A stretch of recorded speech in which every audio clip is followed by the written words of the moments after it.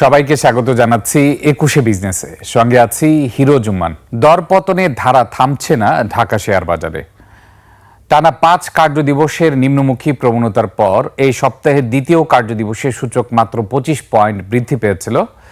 একদিন যেতে না যেতে আবারও নিম্নমুখী প্রবণতায় ফিরে গিয়েছে ঢাকা শেয়ার বাজার। গতকাল তৃতীয় কার্যদিবসে নিম্নমুখী প্রবণতায় ফিরে গিয়েছে, আজও নিম্নমুখী প্রবণতা অব্যাহত রয়েছে। এর আগে টানা ৫ কার্যদিবসে সূচক কমেছিল ২৪৫ পয়েন্ট। সপ্তাহের দ্বিতীয় কার্যদিবসে সূচক রিকভার করতে পেরেছিল ২৫ পয়েন্ট। ২২০ পয়েন্ট নেগেটিভ ছিল সপ্তাহের দ্বিতীয় কার্যদিবস পর্যন্ত। গতকাল সূচক আবার ৩০ পয়েন্ট কমেছে, অর্থাৎ গতকাল পর্যন্ত সূচক কমেছে ২৫০ পয়েন্ট ৭ কার্যদিবসে। এবং আজ দিনের শুরুতে আমরা কিছুটা ঊর্ধ্বমুখী প্রবণতা দেখলেও আমরা দেখছি এখন সূচক একটানা নিম্নমুখী প্রবণতা রয়েছে। সোয়া ১২টার দিকে আমরা দেখেছি সূচক প্রায় ৪৫ পয়েন্টের মতো কমে গিয়েছিল।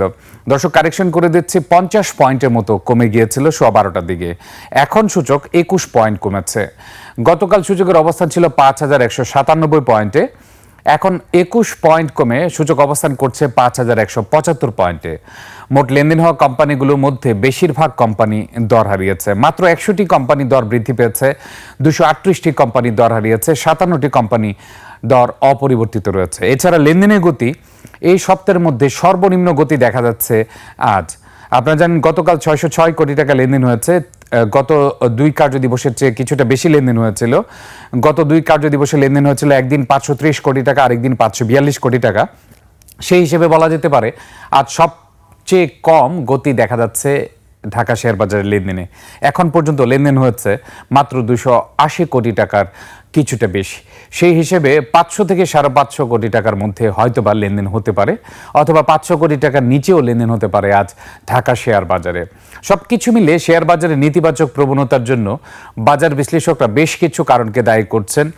একটি হচ্ছে একীভূতকরণ, অর্থাৎ ব্যাংকের যে মার্জার প্রসেস রয়েছে সেটি নিয়ে বিনিয়োগকারীদের স্বার্থ সংরক্ষিত হবে কিনা সে নিয়ে সংশয় ছিল, এবং এই বিষয়ে অর্থ মন্ত্রণালয়ের বিবৃতি আসার পর কিছুটা আশ্বস্ত হতে পারছে বিনিয়োগকারী। কিন্তু এখন পুঁজিবাজারে আরেকটি বিষয় নিয়ে আতঙ্ক বিরাজ করছে, সেটা হচ্ছে মার্জিন ঋণ বিধিমালা। আপনারা জানেন যে ১২ই আগস্ট মার্জিন ঋণ বিধিমালার খসড়া প্রকাশ করা হয়। এর পরবর্তী এক সপ্তাহে সবার কাছ থেকে মতামত নেওয়া হয়, এবং এটি যে কোনো মুহূর্তে এটি অনুমোদন পেতে পারে বিএসইসি কমিশন সভা থেকে। এবং আপনারা জানেন বিএসইসির কমিশন সভা সচরাচর মঙ্গলবার হয়ে থাকে। এই জন্য অনেকে বাজার বিশ্লেষকরা বলছেন গতকাল যেহেতু মঙ্গলবার ছিল, সেই জন্য অনেকে ধারণা করছিল মার্জিন ঋণ বিধিমালা অনুমোদন হতে পারত। অর্থাৎ মার্জিন ঋণ বিধিমালা নিয়ে বিনিয়োগকারীদের আতঙ্কের জায়গাটা কোথায় সেটা আপনাদেরকে জানিয়ে দিচ্ছি। বিনিয়োগকারীরা ধারণা করছেন যে মার্জিন ঋণ বিধিমালা যখন অনুমোদন হবে, নতুন বিধিমালা অনুযায়ী ৩টি কারণ বিনিয়োগকারীদের আতঙ্কের বিষয়। একটি হচ্ছে শুধুমাত্র এ ক্যাটাগরিতে মার্জিন ঋণ দেওয়া হবে। দ্বিতীয়টি হচ্ছে ফ্রি ফ্লোট বাজার মূলধন ৫০ কোটি টাকার বেশি হতে হবে, ওই শেয়ারেই মার্জিন ঋণ দেওয়া যাবে। আরেকটি হচ্ছে পি রেশিও সর্বোচ্চ ৩০ হতে পারবে, এর বেশি হতে পারবে না। যারা এই ৩টি ক্যাটাগরির বাহিরে আছেন তাদেরকে একটা নির্দিষ্ট সময় দেওয়া হবে এর মধ্যে সমন্বয় করার জন্য, এবং এই সময়টি কতদিন দেওয়া হবে সেটি এখনও নিশ্চিত হওয়া যায়নি। মার্জিন ঋণ বিধিমালা অনুমোদন হওয়ার পরেই সেটি জানা যাবে। যেহেতু বিনিয়োগকারীদের কিছুটা অ্যাডজাস্ট করতে হবে এই 3টি নিয়মের ব্যত্যয় ঘটলে, সেটি নিয়ে বাজারে কিছুটা সংশয় রয়েছে। তবে এত সংশয় থাকার কারণ নয়, কারণ মার্জিন ঋণ নিয়ে সব বিনিয়োগকারী বিনিয়োগ করে থাকে না, বেশিরভাগ বিনিয়োগ হয়ে থাকে ক্যাশ করে। এবং এই মার্জিন ঋণের যারা ব্যতিক্রম তারা অলরেডি হয়তোবা কিছুটা পজিশন ক্লিয়ার করে ফেলেছেন। সেই জন্য বাজার বিশ্লেষকরা বলছেন যে এই বিষয়ে হয়তোবা এত বেশি শঙ্কিত হওয়ার কোনো কারণ নেই। মার্জিন ঋণ বিধিমালা যখন অনুমোদন পাবে তখনই বোঝা যাবে, এবং তখন যদি সময় বেশি দরকার হয় অ্যাডজাস্টমেন্ট করার জন্য, অবশ্যই নীতি নির্ধারক সংস্থা যারা রয়েছে তারা অবশ্যই এই বিষয়টি বিবেচনায় রাখবে। এছাড়া আরেকটি বিষয় আপনাদেরকে জানিয়ে রাখি, গতকাল বিএসইসির কমিশন সভায় আইপিও নিয়ে একটি নিউজ এসেছে। সেটি হচ্ছে Bangladesh securities and exchange commission public issue rules ২০১৫ রহিতকরণ করা হয়েছে। অর্থাৎ আগের যে পাবলিক ইস্যু রুলস ছিল সেটি রহিতকরণ করা হয়েছে। নতুন Bangladesh securities and exchange commission public offer of equity securities rules ২০২৫ নামে বিধিমালা তৈরি করা হয়েছে এবং এই খসড়াটি অনুমোদন করা হয়েছে, বিএসইসির ওয়েবসাইটে প্রকাশ করা হয়েছে সবার মতামত গ্রহণের জন্য। এবং সবার মতামত গ্রহণ করার পরে এই বিধিমালাটি এটি বাস্তবায়ন করা হবে এবং এটি অনুমোদন করা হবে। এবং এই বিধিমালাটি সবচেয়ে বড় যে ফোকাসটি দেওয়া হচ্ছে যে প্রাইসিংয়ের ক্ষেত্রে যেন ব্যত্যয় না ঘটে, বিনিয়োগকারী সহ যারা ইস্যুয়ার এবং যারা যেই সকল কোম্পানি পুঁজিবাজার থেকে অর্থ উত্তোলন করতে চায় তারা যেন ন্যায্য মূল্য পায়, বিনিয়োগকারীরাও যেন ন্যায্য মূল্যে বিনিয়োগ করতে পারে, সেই বিষয়টি নিশ্চিত করা হবে। কর্পোরেট গভর্নেন্স নিশ্চিত করা হবে। সব কিছু মিলে এই পাবলিক অফার অফ ইকুইটিজ সিকিউরিটিজ 2025 এই বিধিমালাটি সবার মতামতের জন্য যেহেতু প্রকাশ করা হয়েছে, বিএসইসি অনুরোধ জানিয়েছে সবাই যেন এই বিধিমালাটি পুঙ্খানুপুঙ্খরূপে দেখেন এবং এক্ষেত্রে যদি কোনো মতামত দরকার অথবা কোনো কারেকশন দরকার সেটি যেন বিএসইসিকে জানানো হয়। আমরা দেখেছি যে আজ দিনের শুরু থেকে একটানা যে পতন রয়েছে, এই পতনের ক্ষেত্রে পতনে সত্ত্বেও আমরা বিমা খাতে কিন্তু ঊর্ধ্বমুখী প্রবণতা আজ দেখতে পাচ্ছি। গত কয়েকদিনের মতো আজ মোট লেনদেনের এখন পর্যন্ত 17.5% বিমা খাতে লেনদেন হয়েছে। একমাত্র বিমা খাতই রয়েছে যে ক্ষেত্রে বেশিরভাগ কোম্পানির দর বৃদ্ধি পেয়েছে। এছাড়া সূচকের ক্ষেত্রে যে সেক্টর ওয়াইজ মুভমেন্ট রয়েছে, আজ 20টি সেক্টরের মধ্যে 18টি সেক্টর নেগেটিভ রয়েছে। মাত্র 2টি সেক্টর সূচকে ঊর্ধ্বমুখী প্রবণতায় যেতে সাহায্য করছে। একটি হচ্ছে বিমা খাত, আরেকটি হচ্ছে কর্পোরেট বন্ড খাত। এছাড়া লেনদেনের দিক থেকে যে সকল খাতগুলোর অবস্থান রয়েছে তাদের মধ্যে বিমা খাত রয়েছে প্রথম অবস্থানে, তারপর রয়েছে ফার্মাসিউটিক্যাল, এরপর রয়েছে টেক্সটাইল, ইঞ্জিনিয়ারিং এবং ব্যাংক খাত। লেনদেনের ভিত্তিতে এই 5টি খাতে র্যাঙ্কিং বলে দিলাম।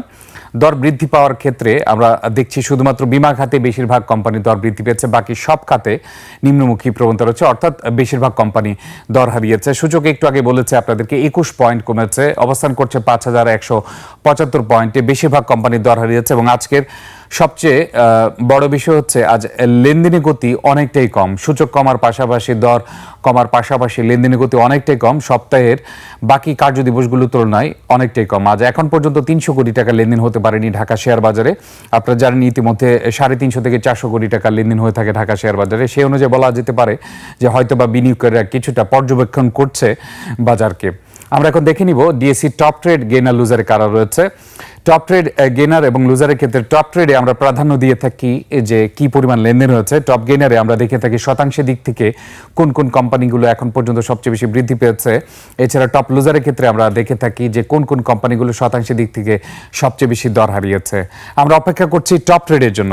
টপ ট্রেডে যে সকল প্রতিষ্ঠানগুলো রয়েছে তাদের মধ্যে প্রথম স্থানে আজ দেখা যাচ্ছে ওরিয়েন্ট ইনফিউশনকে। এবং আজকে টপ ট্রেডের চিত্র দেখলে বোঝা যাচ্ছে 5টি প্রতিষ্ঠানের মধ্যে 3টি প্রতিষ্ঠানের দর হারিয়েছে টপ ট্রেডে। টপ ট্রেডের ওরিয়েন্ট ইনফিউশন 22,94,00,000 টাকা লেনদেন হচ্ছে। দ্বিতীয় অবস্থানে থাকা ডোমিনেট স্টিল 11,75,00,000 টাকা লেনদেন হচ্ছে। Khan Brothers PP Woven Bag Industries Limited রয়েছে তৃতীয় অবস্থানে, 9,81,00,000 টাকার লেনদেন হচ্ছে।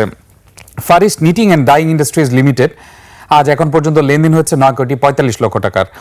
অ্যাপেক্স ফুটের আজ এখন পর্যন্ত রয়েছে পঞ্চম অবস্থান, লেনদেন হচ্ছে 9,12,00,000 টাকার। দর্শক, আপনাদেরকে কিছু ডিভিডেন্ড ঘোষণা সংক্রান্ত তথ্য জানিয়ে রাখছে, যেটিও আজকে বাজারে নেতিবাচক প্রবণতায় প্রভাব রাখছে।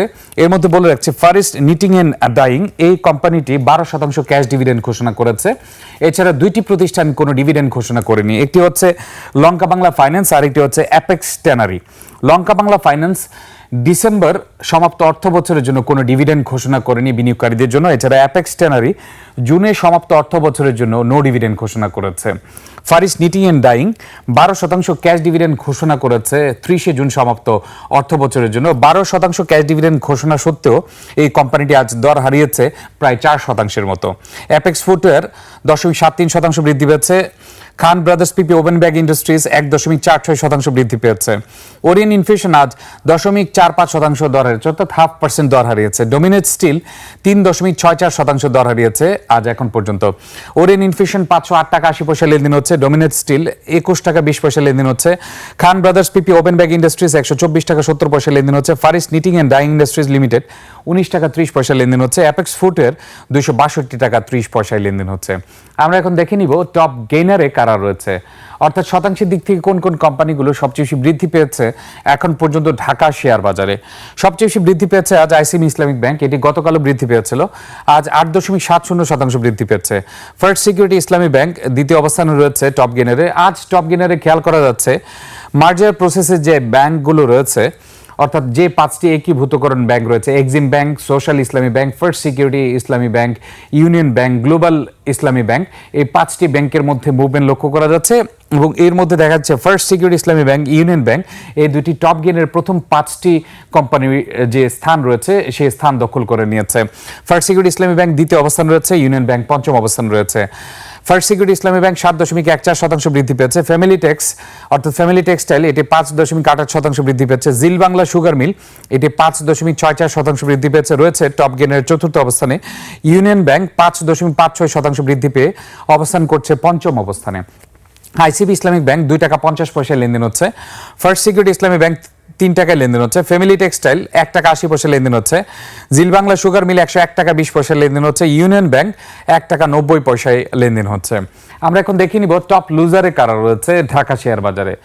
টপ লুজারে যে সকল প্রতিষ্ঠান রয়েছে এর মধ্যে লঙ্কা বাংলা ফাইন্যান্স এবং অ্যাপেক্স ট্যানারি, যে দুইটি কোম্পানি নো ডিভিডেন্ড ঘোষণা করেছে, তারা আজ টপ লুজারের প্রথম এবং দ্বিতীয় অবস্থান রয়েছে। আপনাদেরকে একটু আগে জানিয়েছি যে লঙ্কা বাংলা ফাইন্যান্স ডিসেম্বর সমাপ্ত অর্থবছরের জন্য কোনো ডিভিডেন্ড ঘোষণা করেনি। অ্যাপেক্স ট্যানারি 30 জুন সমাপ্ত অর্থবছরের জন্য কোনো ডিভিডেন্ড ঘোষণা করেনি, যার ফলশ্রুতিতে এই দুইটি প্রতিষ্ঠান 10% বেশি দর হারিয়েছে। এবং আপনারা জানেন যেদিন ডিভিডেন্ড ঘোষণা করা হয় ওই দিন কোনো লিমিট থাকে না, এই জন্য লঙ্কা বাংলা ফাইন্যান্স 12.12% দর হারিয়েছে। অ্যাপেক্স ট্যানারি 10.25% দর হারিয়েছে এখন পর্যন্ত। Peoples Leasing and Financial Services Limited রয়েছে টপ লুজারের তৃতীয় অবস্থানে, 9.09% দর হারিয়েছে। স্ট্যান্ডার্ড সিরামিক রয়েছে চতুর্থ অবস্থানে টপ লুজারে, 7.10% দর হারিয়েছে। আনলিমা ইয়ার্ন রয়েছে পঞ্চম অবস্থানে, 5.09% দর হারিয়েছে।